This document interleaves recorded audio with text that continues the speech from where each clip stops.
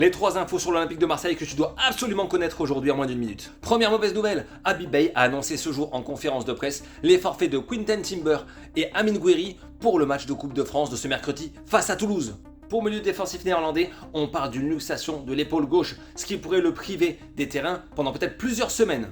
Quant à Amine Gouiri, il est actuellement en phase de réathlétisation, c'est-à-dire qu'il lui faudra encore un peu de travail d'entraînement, que ce soit musculaire et physique, pour pouvoir rejouer à nouveau. Numéro 2, Bilal Nadir s'éloigne de plus en plus de l'Olympique de Marseille. En effet, le milieu de terrain marocain, dont le contrat expire ce 30 juin 2026, n'a toujours pas prolongé son bail avec la formation phocéenne. Et il se murmure que Villarreal est le club le mieux placé pour attirer le milieu de terrain marseillais. Bon, malheureusement, ce gamin n'a jamais réussi à confirmer tout le talent qu'on avait pu entrevoir pendant 2 saisons. Et au final, s'il part du club pour rebondir à Villarreal, tout comme l'a fait Pape Gueye, ça pourrait être un très bon tremplin pour sa carrière. Donc je lui souhaite le meilleur. Et enfin, numéro 3, vous l'attendiez, la composition des équipes probables pour le match décisif contre Toulouse. On commence avec en gardien la titularisation de Geoffrey Delange en cage. C'est normal, c'est la Coupe de France. La défense ne devrait pas bouger par rapport à ce qu'on a vu face à Lyon. Emerson, Aguerd, Balerdi, Ouéa ont fait le taf. Il n'y a pas raison de changer. Au milieu de terrain, un énorme changement. L'un des hommes du match, Pierre-Emile Højbjerg, ne sera pas présent. Il est effectivement suspendu. Il devrait être remplacé numériquement par Nadi, qu'on verra enfin titulaire à l'OM. Et dans l'entrejeu, Beye pourrait titulariser une première fois